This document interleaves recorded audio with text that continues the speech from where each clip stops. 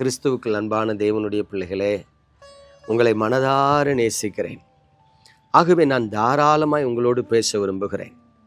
கர்த்தருடைய ஆவியானவர் உங்களோடு கூட இருந்து உங்களுக்கு பிரகாசமுள்ள மனக்கண்களை தந்து உங்களை கரம் பிடித்து தம்முடைய சத்தியத்தில் நடத்தி ஆசீர்வதிப்பாராக.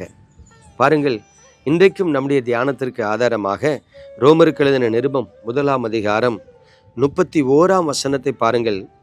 உணர்வில்லாதவர்களுமாய், உடன்படிக்கைகளை மீறுகிறவர்களுமாய், சுபாவ அன்பில்லாதவர்களுமாய், இணங்காதவர்களுமாய், இரக்கமில்லாதவர்களுமாய் இருக்கிறார்கள். இங்க ஆண்டவர் ஒரு கூட்ட ஜனங்களை ஐடென்டிஃபை பண்ணுகிறத பார்க்கிறோம். கிறிஸ்தவர்களை குறித்து தான் சொல்றார். கிறிஸ்தவர்கள் இந்த நாட்களில் எப்படி வாழுகிறார்கள்னா, உணர்வில்லாதவர்களா இருக்கிறாங்களாம், உடன்படிக்கையை மீறுகிறவர்களா இருக்கிறாங்களாம், சுபாவ அன்பில்லாதவர்களா இருக்கிறாங்களாம், இரக்கம் இல்லாமல் இருக்கிறார்களாம். பிரியமானவர்களே, நான் இன்னைக்கு உங்களை பார்த்து ஒரு கேள்வி கேட்கிறேன். நீங்க விசுவாசிகள் தானே? ஆண்டவரை நம்பி அவரை ஆராதிக்கிறவர்கள் தானே? நேரம் கிடைக்கும் பொழுது வேதத்தை வாசித்து ஜெபிக்கிறவர்கள் தானே? உங்களுக்குள்ள உணர்வுள்ள இருதயம் இருக்கிறதா?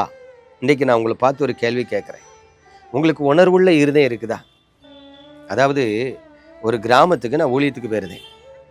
அந்த சபை ஊழியர் என்கிட்ட உங்கள் மேகசின் பத்திரிக்கை தாங்கலான்னு கேட்டார். அப்போ நான் அவருக்கு அந்த என் பத்திரிக்கை ஒன்று கொடுத்தேன். மாதந்தோறும் எனக்கு பத்திரிக்கை அனுப்பி வைப்பீங்களான்னார். அப்போ கண்டிப்பாக அனுப்பி வைக்கிறேன்னு. இப்போ ஒருத்தர் உங்கள் பத்திரிக்கை தாங்கன்னு கேட்டால் எங்களுக்கு ரொம்ப சந்தோஷமாக இருக்கும். ஆனால் எனக்கு அவர்கிட்ட ஒரு கேள்வி கேட்கணும்னு தோணுச்சு. உங்களுக்கு பத்திரிக்கை படிக்கிற பழக்கம் இருக்கா? நல்ல வாஞ்சியாக பத்திரிக்கை படிப்பீங்களான்னு. அப்போ அவர் குழந்தை மாதிரி உண்மையாக சொல்கிறார். என்ன சொன்னார்னா, அண்ணே தப்பாக நினைக்காதீங்க, எனக்கு பிரசங்கம் பண்ண தெரியாது. நான் சபை ஊழியராக இருக்கேன். நான் என்ன பண்ணுவேன்னா, அந்த 4 மாவடியிலேருந்து பத்திரிக்கை வரும், இன்னும் சில பத்திரிக்கைகள் வரும். அந்த பத்திரிக்கைலாம் எடுத்து வச்சு நான் என்னைக்கு பிரசங்கம் பண்ணுறனோ அன்னைக்கு அந்த பத்திரிக்கையில் இருக்கிற செய்தியை அந்த ஜனங்களுக்கு வாசிச்சு விட்டுருவேன் அப்படின்னு. நான் கேட்டேன், எத்தனை வருஷமாக சபை ஊழியராக இருக்கீங்கன்னு? 25 வருஷமாக இருக்கேனார். நான் சொன்னேன், 25 வருஷமாக பிரசங்கத்தை நீ வாசிக்க தான் செய்றியான்னே. ஆமான்னார். கர்த்தர் கொண்டு விடுவார், ஒழுங்காக இருந்துக்கேன்னு.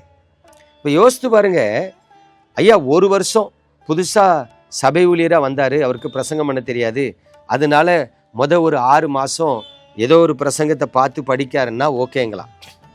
25 வருஷமா பிரசங்கத்தை பார்த்து வாசிச்சுட்டு இருக்கேன்னா அவருக்குள்ள ஏதாவது உணர்வு இருக்கா? நான் ஒரு சபை ஊழியக்காரனா இருக்கேன், நான் ஜெபிக்கணும், இந்த ஜனங்களுக்காக கண்ணீர் வடிக்கணும், இந்த சபைக்காக திறப்பல நிற்கணும், இந்த சபைக்காக தேவ சமூகத்தில் வார்த்தையை கேட்கணும், அந்த வார்த்தையை தியானிக்கணும், அந்த தியானிச்சதை செய்தியாக எடுத்துட்டு கொண்டு வந்து பிரசங்கிக்கணும். இப்போ யோசித்து பாருங்க, பிரயாசப்படாம எவனாவது பலன்ல பங்கடைய முடியுமா? முடியாது. ஆனா இங்க ஒரு ஊழியக்காரன்னு ஒருத்தன் பிரயாசமே படாம பங்கடையன்னு நினைக்க, அது எப்படி முடியும்? அப்ப தனக்குள்ள உணர்வுள்ள இருதயம் இல்லை. பிரியமானவர்களே, இன்னைக்கு உங்களுக்கு உணர்வுள்ள இருதயம் இருக்கா? எத்தனையோ பிரசங்கத்தை கேட்கீங்க, மனம் திரும்பிட்டீங்களா? இன்னைக்கு 60 வயசு 70 வயசு வரைக்கும் இருக்கிற தாய்மார்கள் தகப்பனார்களை பார்க்குறேன், இன்னும் ரட்சிக்கப்படாம இருக்கான்னா சபைக்கு போறான். எத்தனை பிரசங்கம் கேட்டிருப்போம், உணர்வு அடைஞ்சிருந்தா கண்டிப்பா மனம் திரும்பி இருப்பாங்க. நீங்க மனம் திரும்பலன்னா உணர்வடையில. இன்னும் சிலர் பாருங்க, உடன்படிக்கையை மீறுகிறார்கள். அதாவது, தாவீது தேவனுடைய இருதயத்திற்கு ஏற்றவர் தான். அடுத்தவன் மனைவின்னு தெரிஞ்சாலும் ஆசைப்பட்டு சேர்ந்தாரு. பார்த்தீங்களா எவ்வளவு பெரிய பாவம். இன்னைக்கு எவர்கள்லாம் ரட்சிக்கப்பட்டவர்களோ அவர்கள் தேவனோடு புது உடன்படிக்கைக்கு பங்காளிகள். எப்படி கணவன் மனைவி ஒரு உடன்படிக்கைக்கு உட்பட்டு இருக்கிறார்களோ அதே போல ரட்சிக்கப்பட்ட தேவ பிள்ளைகள் புது உடன்படிக்கையின் இரத்தமாகி இயேசுவின் இரத்தத்தால கழுவப்பட்டு தேவனோடு உடன்படிக்கை பண்ணினவர்கள். இப்ப இந்த உடன்படிக்கைக்கு துரோகம் பண்ணலாமா? பாவம் செய்ய மாட்டேன்னு உடன்படிக்கை பண்ணியிருக்கிறோம், ஞானஸ்நானம் எடுத்திருக்கிறோம், அபிஷேகம் பெற்றிருக்கிறோம்.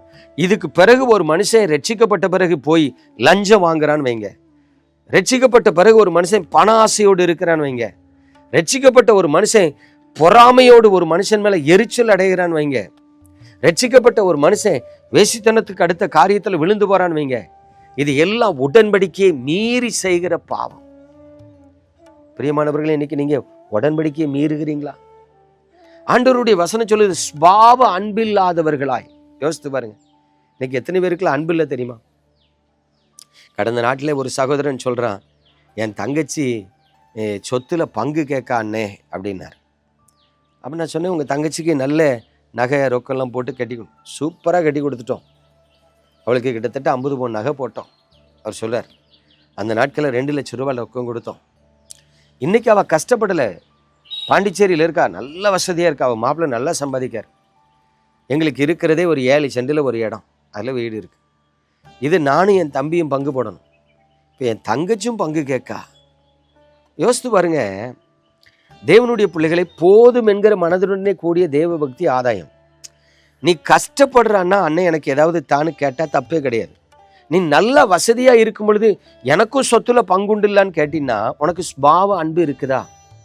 சரி, நான் நல்லா இருக்கேன், ஆண்டவர் என்ன நல்லா வச்சிருக்காரு, என் அண்ணன் வச்சுட்டு போட்டுமே.